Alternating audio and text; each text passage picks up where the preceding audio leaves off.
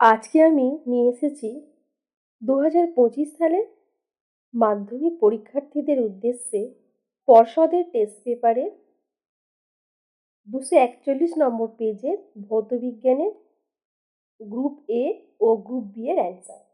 আশা করছি তোমাদের মাধ্যমিকের ক্ষেত্রে কাজে আসবে। তোমরা যারা আমার চ্যানেলটা এখনো পর্যন্ত সাবস্ক্রাইব করে ওঠোনি তারা অবশ্যই আমার চ্যানেলটা সাবস্ক্রাইব করে দিও আর পাশের বেল আইকন বাটনটা অন করে দাও। বিভিন্ন সাবজেক্টের বিভিন্ন অ্যান্সার পেতে অবশ্যই আমার চ্যানেলটা সাবস্ক্রাইব করে দেবে ও বন্ধুদের মধ্যে আমার চ্যানেলের লিঙ্কটা শেয়ার করে দিও। এই হচ্ছে আমার 241 নাম্বার পেজের ভৌতবিজ্ঞানের কোয়েশ্চেন। প্রথম কোশ্চেনটা আছে, দেখো, কোনটি জীবাশ্ম জ্বালানি নয়? এখানে সঠিক উত্তর হবে আমার গোবর গ্যাস। দ্বিতীয় দেখো আছে 0 ডিগ্রি উষ্ণতায় 1 atm চাপে 2 মোল হাইড্রোজেনের আয়তন কত? এটা দেখো আমার অপশান ডি এ, অর্থাৎ 44.8 এল। এরপরে দেখো 3 নাম্বার যেটা আছে সেটা হচ্ছে এসটিপি বলতে যে উষ্ণতা বোঝায় তার মান নিকটতম পূর্ণ সংখ্যায় কত? এখানে দেখো আমার অপশান এ, অর্থাৎ 273 কে। 4 নম্বরে দেখো প্রদত্ত ধাতুগুলির কোনটি প্রসারণ গুণাঙ্ক ন্যূনতম হওয়ায় বিভিন্ন কাজে ব্যবহৃত হয়? এটার আমার সঠিক উত্তরটা দেখো অপশান ডি, অর্থাৎ ইনভার। এরপর দেখো আমার দন্ত চিকিৎসক মুখের মধ্যে দাঁত দেখতে ব্যবহৃত করেন কোন ধরনের লেন্স? এটা আমার অপশান এ, অবতল লেন্স। তারপরে দেখো আলোর প্রতিসরণের ক্ষেত্রে কাঁচ থেকে বায়ুর মাধ্যমে যাওয়ার সময় আলোক রশ্মির আপাতন কোণ 0 ডিগ্রি হলে বিচ্যুতি কোণ কত হবে? বিচ্যুতি কোণও আমার 0 ডিগ্রি হবে। সপ্তমত দেখো ফ্যারাডের সূত্রটি ব্যাখ্যা করো। সপ্তমত ফ্যারাডের সূত্র ব্যাখ্যা করো, এখানে অপশান হচ্ছে আমার ডিনা, অর্থাৎ তড়িৎ চুম্বকীয় আবেশ। অষ্টমত দেখো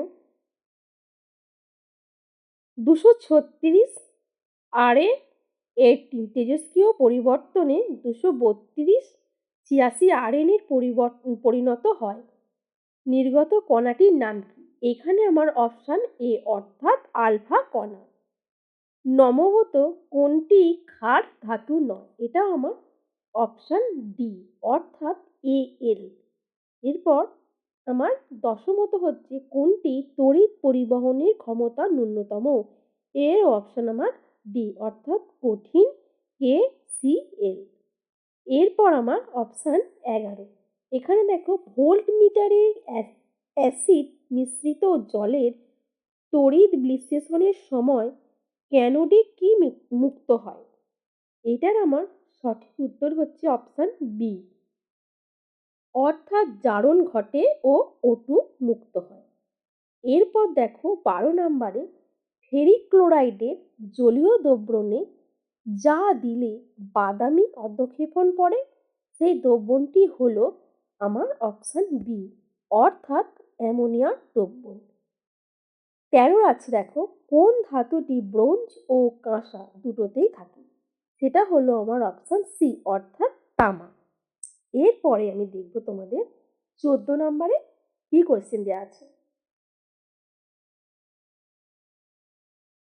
তোমরা চাইলে কিন্তু কোশ্চেনগুলো খাতার মধ্যে নোট করে নিয়ে আর আমার বলার সাথে সাথে অ্যান্সারগুলো লিখে নিতে পারো, কারণ দেখো পরীক্ষা খুবই কাছে এসে গেছে আর একদম সময় নেই। তার জন্য তোমাদের যেখানে যতটুকু বাকি আছে বা যেখানে যতটুকু পাওয়া যাবে কোশ্চেন অ্যান্সার ততটুকু তোমাদের গুছিয়ে নিতে হবে। বলা তো যায় না পরীক্ষার ক্ষেত্রে কখন কোনটা কাজে এসে যাবে।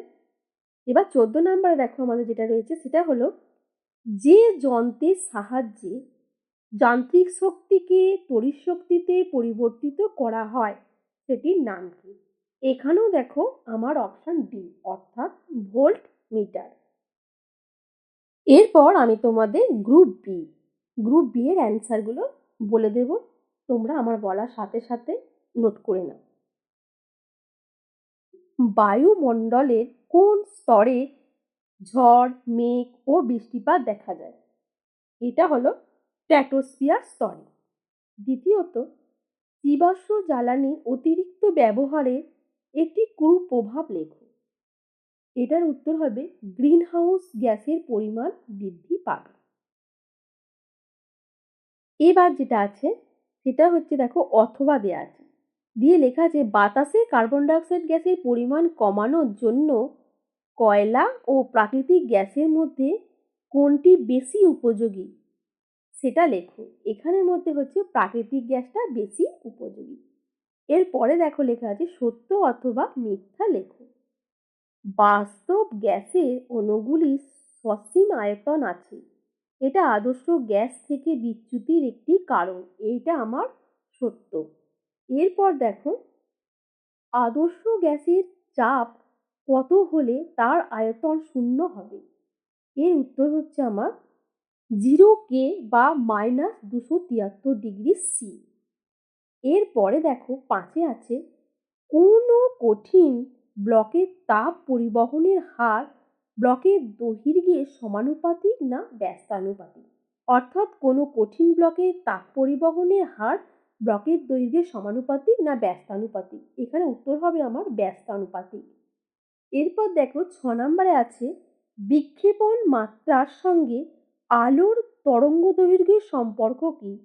বিক্ষেপণ মাত্রার সঙ্গে আলোর তরঙ্গ দৈর্ঘ্যের যে সম্পর্ক সেটা হচ্ছে 1α1/α4। এরপরে দেখো অথবা দেওয়া আছে কাঁচ নির্মিত কোনো লেন্সকে জলে নিমজ্জিত করলে তার ফোকাস দৈর্ঘ্যের কি পরিবর্তন হবে? সঠিক উত্তর হচ্ছে তার ফোকাস দৈর্ঘ্য বেড়ে যাবে, অর্থাৎ বাড়বে। এরপর দেখো সত্য অথবা মিথ্যা লেখো। গোলীয় দর্পণে আলোকরশ্মির প্রতিফলনের সূত্র মেনে চলে না, এটা সত্য না মিথ্যা? এটা আমার মিথ্যা, কারণ আলো তার প্রতিসরণের সূত্র মেনে চলে। এরপর দেখো 8-এ আছে তড়িতাধান সিজিএস ও এসআই এককের মধ্যে সম্পর্কটি কি? এর মধ্যে সম্পর্ক হলো 1 কুলম্ব ইজিক্যাল টু 3 × 10⁹ CSU। 9-এ দেখো একটি বৈদ্যুতিক মোটরের আর্মেচার তড়িৎ প্রবাহের অভিমুখ একবার পরিবর্তিত হয় আর্মেচারের কয়টি আকর্ষণ? এর সঠিক উত্তর আমার হবে অর্ধেক হবে। অথবা দেওয়া আছে দেখো বাড়ির ইলেকট্রিক্যাল ওয়ারিং কোন সময়ে রাখা হয়? বাড়ির ইলেকট্রিক্যাল ওয়ার্নিং কোন সমবায়ে রাখা হয়? এর সঠিক উত্তর হচ্ছে সমান্তরাল সমবায়ে। এরপর দেখো 10-এ তেজস্ক্রিয় ধাতব খনিতে কোন গ্যাস পাওয়া যায়?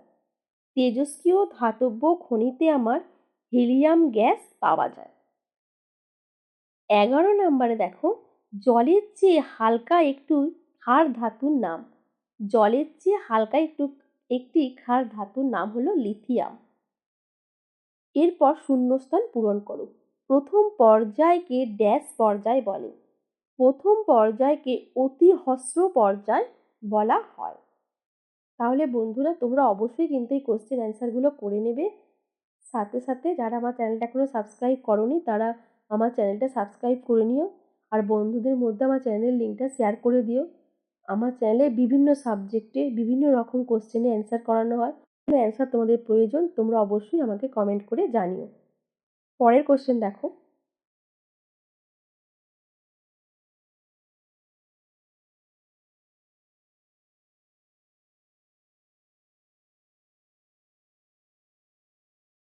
এখানে একটা অথবা আছে। মেন্ডেলের পর্যায় সারণীতে কয়টি পর্যায় ও কয়টি শ্রেণী আছে? মেন্ডেলের পর্যায় সারণীতে 7টি পর্যায় ও 8টি শ্রেণী আছে। এরপরে দেখো দুটি পরমাণুর ইলেকট্রন গ্রহণ বর্জনের মাধ্যমে যে বন্ধন সৃষ্টি হয় তাকে কি বলে? তাকে আয়নি বন্ধন বলা হয়। এরপরে দেখো পিটি তড়িৎদ্বারের সাহায্যে অম্লায়িত জলের তড়িৎ বিশ্লেষণে অ্যানোডে সংগঠিত বিস্তারটি লেখো। অ্যানোডে সংগঠিত বিস্তার আমার হচ্ছে 36H⁻ 4E হাইপেন দিয়ে 46H এবং 40H হাইপেন দিয়ে O2 প্লাস 2H2O2। এরপর আমার গেছে 15 নাম্বারে। 15 দেখো লেখা আছে সত্য অথবা মিথ্যা নির্মূল করো। মৃদু তড়িৎ বিশ্লেষণে জলীয় দ্রবণে পূর্ণ বিয়োজন ঘটে না, এটা আমার সত্য। এরপর দেখো 16 নাম্বারে আছে ওলিয়াম কি? ওলিয়াম হচ্ছে SO3 কে 90% H2SO4 এ দ্রবীভূত করলে ওলিয়াম তৈরি করা হয়, বা ঘূর্ণায়মান H2SO4 কে ওলিয়াম বলা হয়। অথবা H2S গ্যাসকে NaOH যুক্ত সদ্য প্রস্তুত সোডিয়াম নাইট্রোপ্রোসাইডের জলীয় দ্রবণে চালনা করলে উৎপন্ন যৌগটির সংকেত লেখো। এই গেল আমার 16 নাম্বার। এর অ্যান্সার আমার হচ্ছে Na4 FeCN5NOS। এই Fe থেকে NOS পর্যন্ত তোমার থাকবে তৃতীয় বন্ধনী। এরপরে আমি রয়েছে 17 দাগে শূন্যস্থান পূরণ করে। ইউরিয়ার রাসায়নিক নাম হচ্ছে কার্বামাইড অথবা কার্বলিক ডাইমাইড। এরপর দেখো 18 দাগে। 18 দাগে আছে দেখো ফ্লুরাইড অ্যালুমিনিয়ামের আকরিক নাম কি? অ্যালুমিনিয়ামের আকরিক নাম লেখো। এটা হচ্ছে ডাই অ্যামাইনো মিথানল। আজকের ভিডিও এই পর্যন্তই, আবার দেখা হবে পরের ভিডিওয়। ধন্যবাদ।